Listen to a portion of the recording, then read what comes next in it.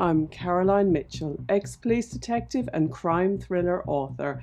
And let me tell you, after 4 years away from this channel, this is the shocking case that compelled me to come back. And today I'm going to start by taking a long, detailed look at the case of Lisa Holm, separating the truth from the sensationalism that often clouds the facts.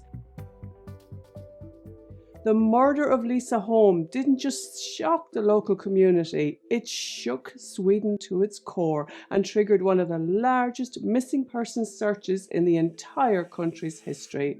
Lisa was just 17 years old. She lived in a small, peaceful town called Skövde in southern Sweden. It's the kind of town you imagine where families leave their doors unlocked and teenagers feel perfectly safe taking summer jobs without anyone given a second thought.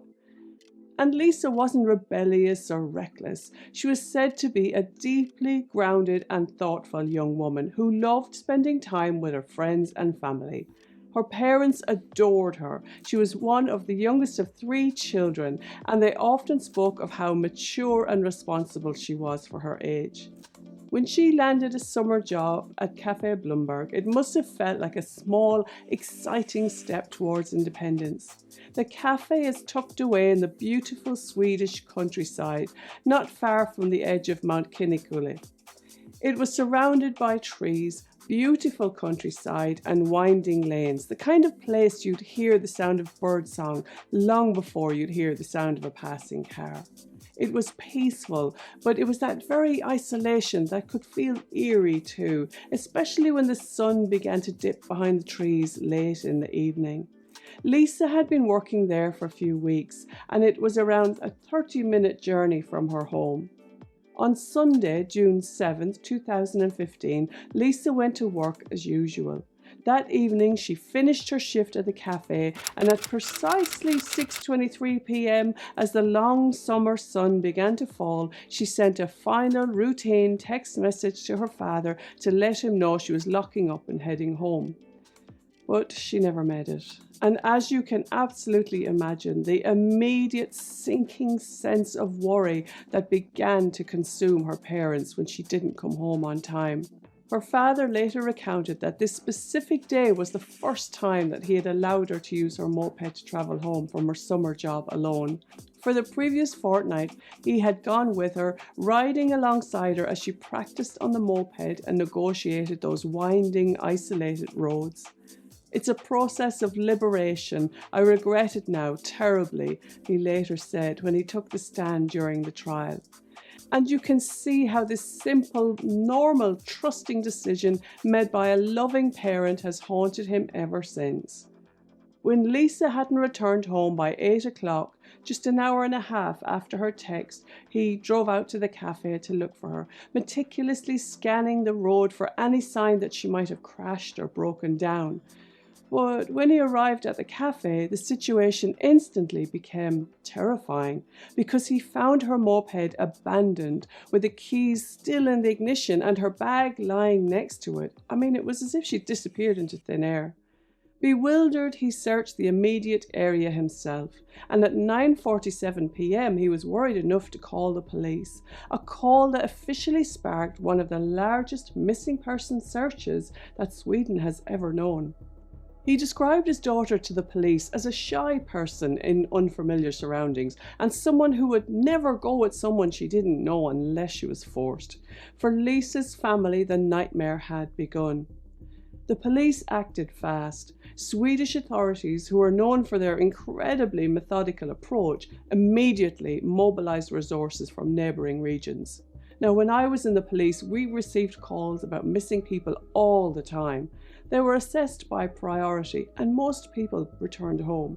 But given Lisa's stable, grounded personality, her age, and the fact that her moped and bag were found right next to it abandoned, this is a situation known as out of context, and this would instantly become a high-risk case. Officers would first turn to family though, just to find out if there had been any reason for her to run away, or if she had a boyfriend perhaps, or if there'd been any bad blood with coffee shop customers or strange occurrences leading up to her disappearance. And the first hour is called the golden hour because it's the most important in the case, because evidence degrades, people travel, and mobile phones can be disposed of. So the main thing is that you throw everything you've got at this case and you do it fast. Hundreds of dedicated volunteers joined in, and there was a real tangible sense of community spirit during the search. Search dogs, helicopters and divers combed the surrounding area, and this would have been vast, a sprawling undertaking, very frustrating for officers as they searched fields, barns, wells and forests. Many of them would have been locals and probably parents themselves. They worked tirelessly, knocking on door after door, questioning staff at the cafe as well as customers, anyone who lived nearby. Press appeals were made, fields, forests and outbuildings were scanned by search teams as hundreds of people joined in. But nothing turned up. Nothing until 3 days later, when the tiniest clue broke the case open. On June the 10th, police dogs caught a scent, and searchers found one of Lisa's gloves near an old derelict barn. Amidst the clutter and the rubbish, there was this single black glove, and it was Lisa's. Just one black glove, seemingly randomly placed among the dust and debris. And in this situation, the person who put it there might think they were being clever, but in my experience, police would instantly become suspicious, because it signals that things are very bad for Lisa at this stage, and someone was trying to divert them away from the actual scene where the crime took place. The appearance of the glove seemed too convenient because there was nothing else, not a hair, not a fibre, nothing was found in the immediate vicinity. So it was a heartbreaking discovery and must have instantly filled everyone with dread. According to reports, Lisa's shift at the cafe ended as usual, and she sent her routine text before she left. There were no alarms raised, no strange behaviour noted. So while I haven't been able to find any direct quotes from her colleagues, everything available points to the fact that Lisa's routine and mood were completely normal that evening. Now, when it comes to defining a crime scene in the UK, we start off by making the scene big, and then we shrink it as the investigation continues, because it's said that you can't expand a scene once it's already been compromised. But now here we're talking about small local parks or residential streets. Sweden is different. It has vast areas of open ground. So it wasn't strange when they had to then expand their search area instead of the other way around. By June the 10th, the search for Lisa had become so massive, but that day brought the key turning point. An organisation known as Missing People joined the effort, bringing in trained volunteers, specialist equipment and a level of coordination that took the operation far beyond what the police alone could manage, and their presence was invaluable. They used their experience in large-scale searches to broaden the radius and dig into places that might otherwise have been missed. And it wasn't just the size of the team that changed. The discovery of Lisa's glove meant the whole tone of the investigation had shifted. What started off as a worried family and a local missing person alert now had the full, anxious weight of a whole country behind it. 2 days later, a shattered pink phone was found along the dirt road just a kilometre away from the cafe. Then came a torn receipt and train ticket found further down the dirt road. Another day passed and the search intensified. It was so odd to find her belongings scattered like a bizarre breadcrumb trail. In my 9 years in the police, I've never encountered a case where personal items were left in such a teasing, fragmented way. But things were going to get a whole lot worse. A neighbour was driving past the barn where the police had found Lisa's glove.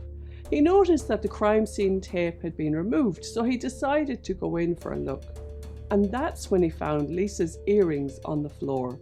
Another part of this strange breadcrumb trail, and a stark reminder of procedural oversight. The next morning, more of Lisa's belongings were found in separate remote locations. And this was an incredible challenge to the police, and the pressure really was on. The scene was widened further, and officers and volunteers searched with specialist equipment, while news reports covered every single update. There was one location that hadn't been properly checked, an old farm property near the café full of disused buildings. It was modest in size and there were some signs of aging, and at the time it was home to 3 migrants from the Baltic, specifically Lithuania, 2 men and 1 woman. None of them could speak Swedish, only Lithuanian and English. And on June the 12th, volunteers started to sweep around the farm, but their visit was not appreciated. 2 of the migrants approached the volunteers and told them they were wasting their time. But the thing is, not only did this urgency feel unhelpful, it felt defensive and immediately put the people searching on their guard. And one of the men in particular, Nereus Bilivichis, was notably tense. He was in his mid-30s, stocky build, tense in the shoulders, like he was almost ready for confrontation. His face was tight, his eyes flicking between the people like he didn't trust them, or maybe didn't trust himself not to slip up.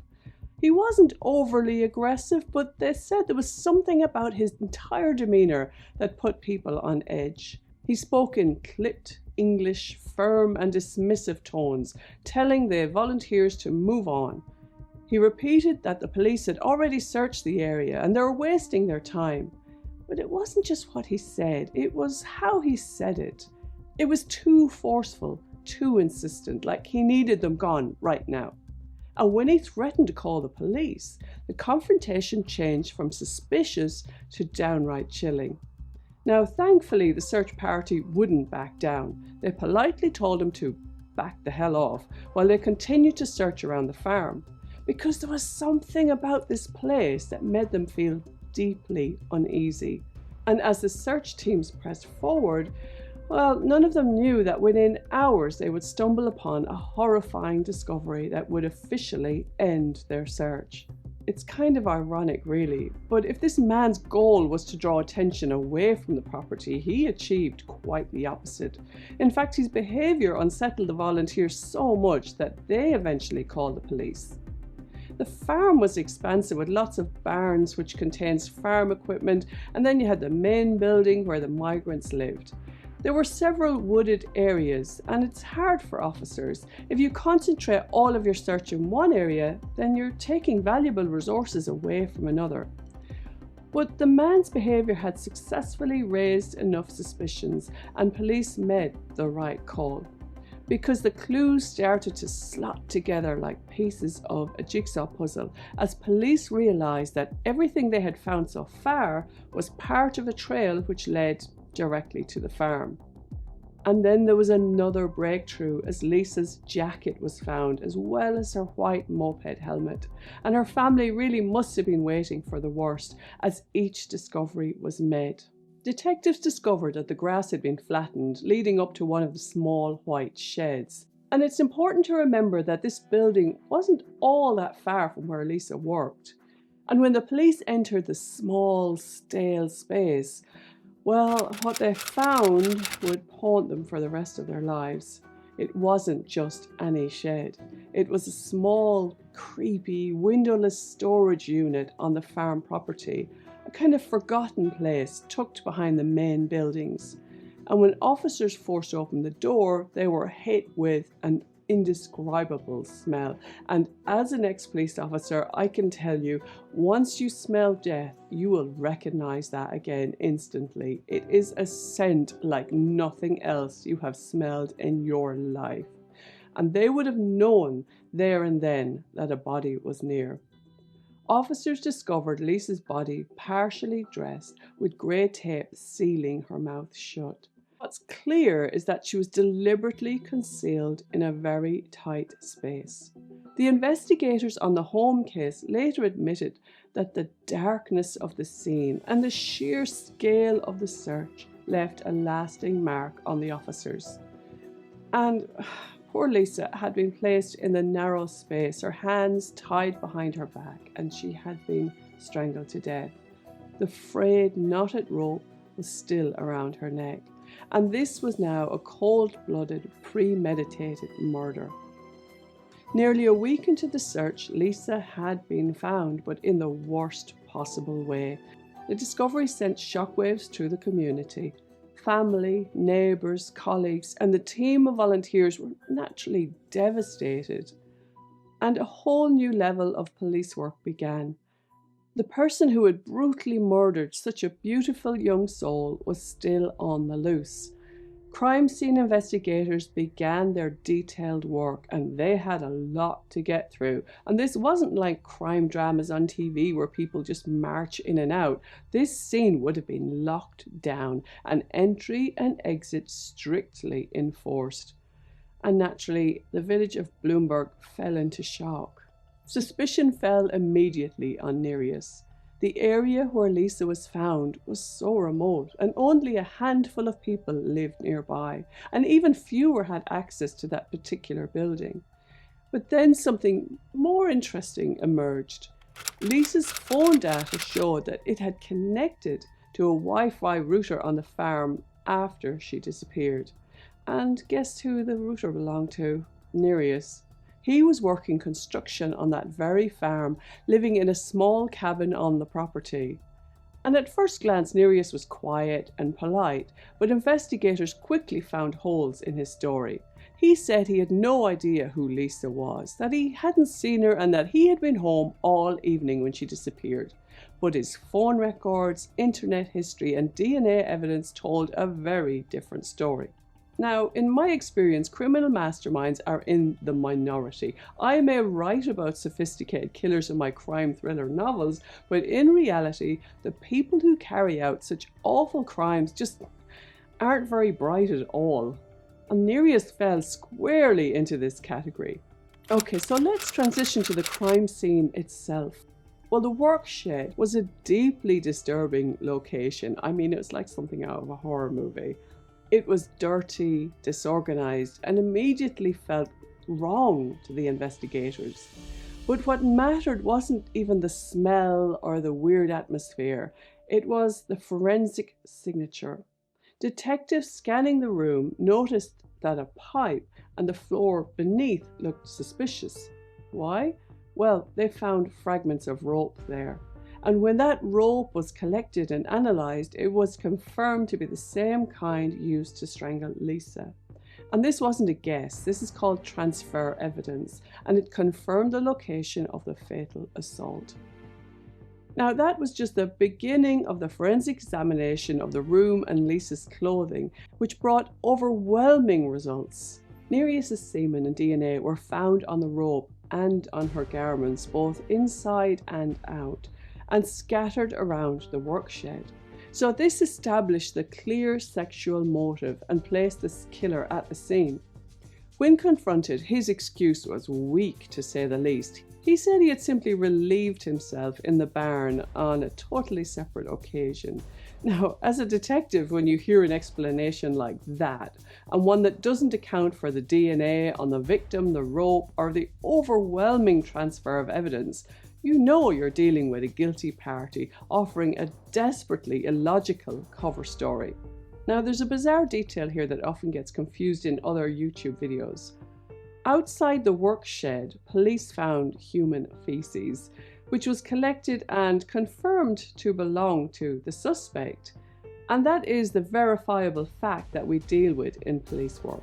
However, much of the media and public opinion immediately jumped to a sensational interpretation that he was so excited or elated after the murder that he literally lost control of his bowels.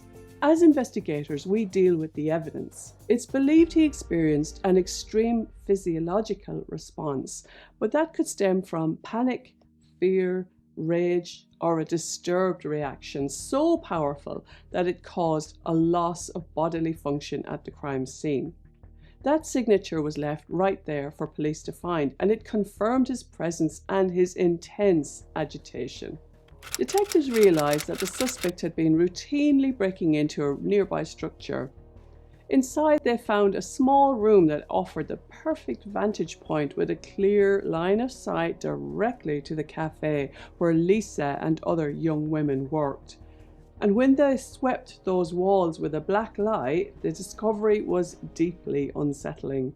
The walls were splattered with stains that lab tests confirmed contained the suspect's DNA. So I think we can pretty much guess what he was up to while he was watching the girls at this wall. And this wasn't just a random act, so this was premeditation. He was using that spot to stalk Lisa and the other women for his own dark gratifications.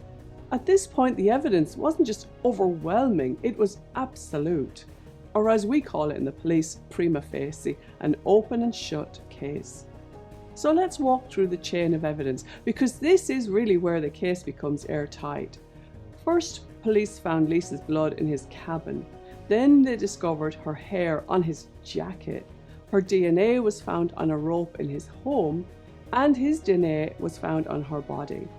Even a piece of Lisa's clothing was found hidden behind a panel in his room. And as for his internet history, oh my goodness, he had a history of watching very violent pornography, and he'd recently searched for How Long Does DNA Last and Missing Girl Sweden. I mean, in police work, we call that a classic post-offence behaviour pattern, the need to cover up, to monitor the case, and to see how close the police are getting.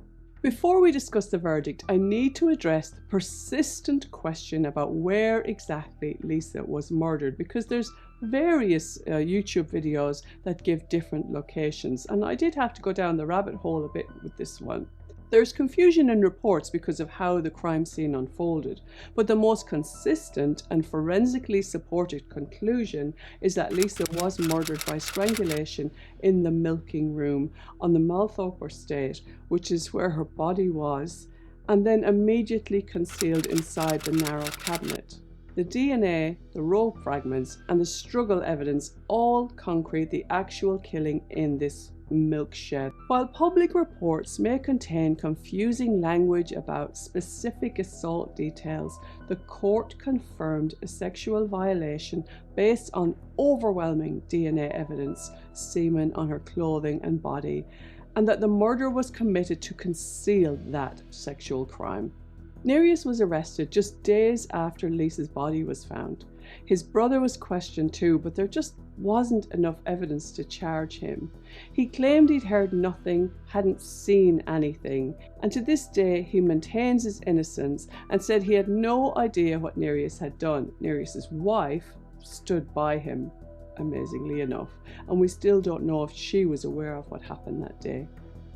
When police confronted Nereus with the full, undeniable weight of the evidence, he did break down, but he still wouldn't confess. He denied everything, claiming he'd been framed, that someone planted his DNA everywhere.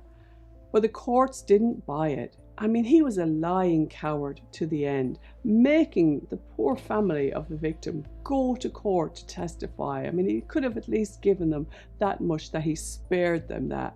But no, he denied everything, and it went to court and they were put through that pain.